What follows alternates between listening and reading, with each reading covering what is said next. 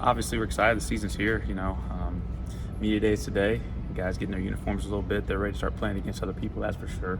We've had today's practice number 12 since we started September 26th, and they've been banging on each other and competing. It's nice to have some depth. Nice to have a lot of active bodies. So we're a little nicked up like everybody else is. I mean, that time of year you go through 2 straight weeks of pretty intense practices. There's going to be some little injuries here and there, but we'll start getting healthy here. We got a couple-day break because of fall break, and but we're excited for the season. All the guys are excited. They all understand a little bit better what we're trying to do, what we're trying to accomplish offensively and defensively because of our trip to Italy. I keep referencing that, but it really helped having those 10 practices so we could sort of get ahead of the curve. 8 of 13 guys on this roster have never played a minute here.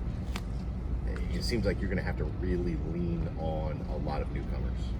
Yeah, we are, and we knew that. Obviously Michael Caru being granted instant eligibility really helps.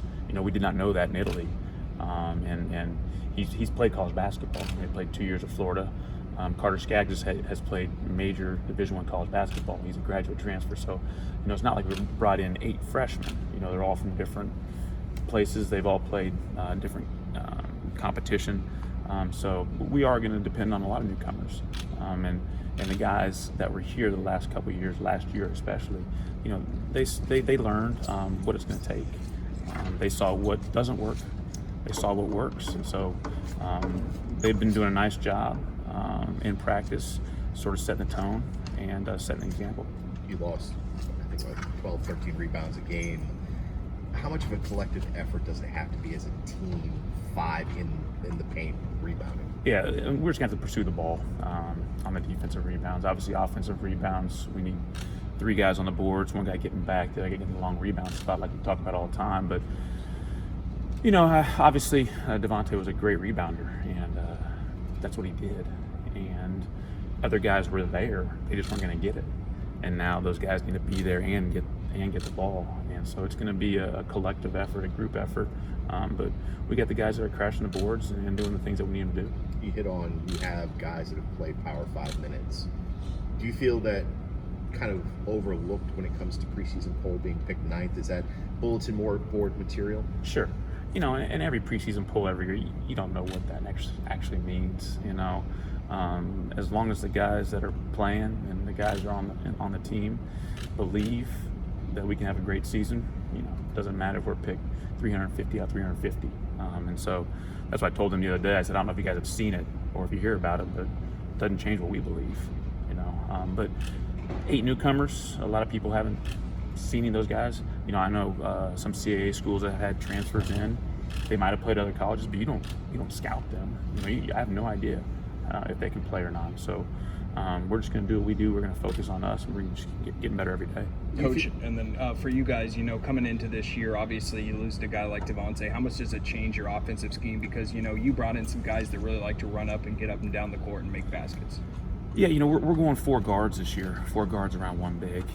In the past we've sort of tried to play 2 big guys. I mean, Gene Tall wasn't necessarily a big, but he could score on the baseline. So we're going to try and play fast. That was what we have done the last couple of years. But I think we can be more aggressive, more versatile on the defensive end because we have different type athletic pieces. And we'll see how that goes. It's been working so far. But Devontae, we're not going to have the low post presence of Devontae Kaycock, and people focusing on stopping Devontae Kaycock in there. We do have Marty Linson and Majay Dodd, who've done a nice job of battling with each other, and they can both score down there, and they can take it to the basket too. So we're excited about that, and the guys are excited because they got to make shots, and we needed them to make shots at all times, but especially this year. You talked about all the newcomers. What was it like to actually see this team in uniform together for the first time? It was good. I obviously like seeing them in the teal, and they're excited. They look really good, but then you start playing really good, and they're going to. They like playing with each other. They're very unselfish. And sometimes to a fault. I keep on telling them we want to take good shots, but sometimes if you're open on the first pass and you're a good shooter, you got to take that shot. By the time you pass around 3 or 4 times, the defense is already set, chance to turn it over. If you miss, we have a chance to get the offensive rebound in transition. So we're, working on taking good, quick shots just in transition. Do you feel the pressure? I know that after 10 wins last year, I know you can tell the guys we need to win, but did they sense it from you? I don't know. I don't know if they sense pressure yet. We haven't even got to a game. I think every year you feel pressure to win, no matter where you are, no matter what you did. So that's just the name of the game. That's college basketball. It's college sports. So we don't talk about anything other than just trying to get better every day and compete in the conference. So I don't think they think about that at all. They're kids. I mean, they forgot what I said to them last night, so they're not worried about it. And then CB, you're now under a month away until the Carolina Tar Heels visit Trask Coliseum. What's got to be done in this next month to feel like you guys are ready to step on the floor come game night? Just keep doing what we're doing. Obviously it's going to be tough competition. They're always a really good basketball team, and they're going to come at us. They play very fast, and it's something you can't simulate in practice. You can only talk about, but we got a lot of practices before now and then.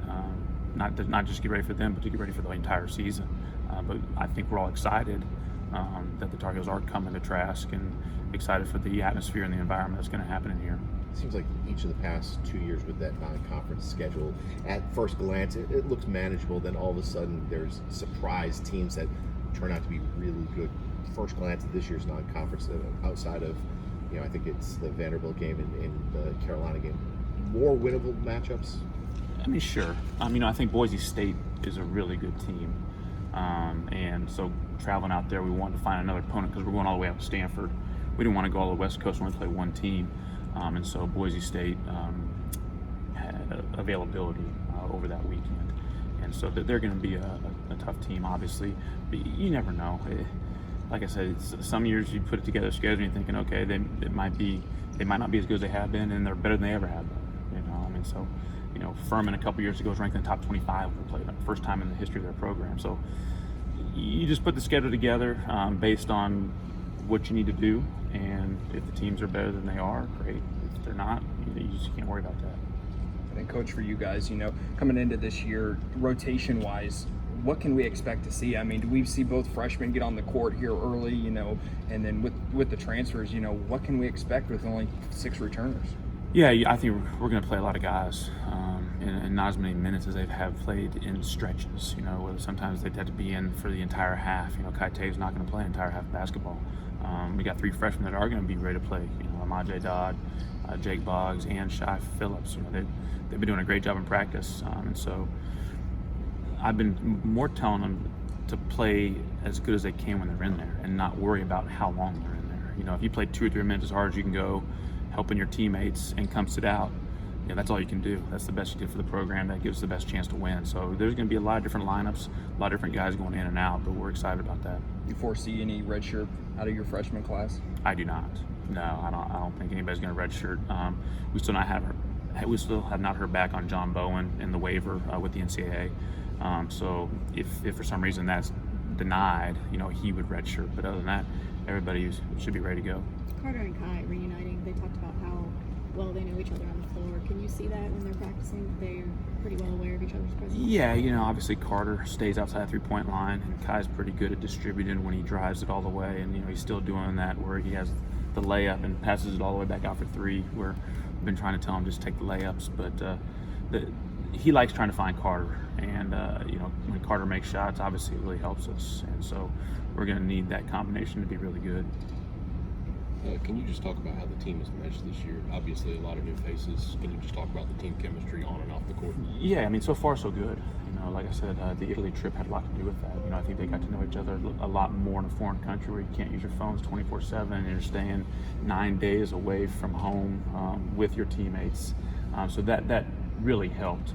But they all want one thing, and they all want this program to be successful.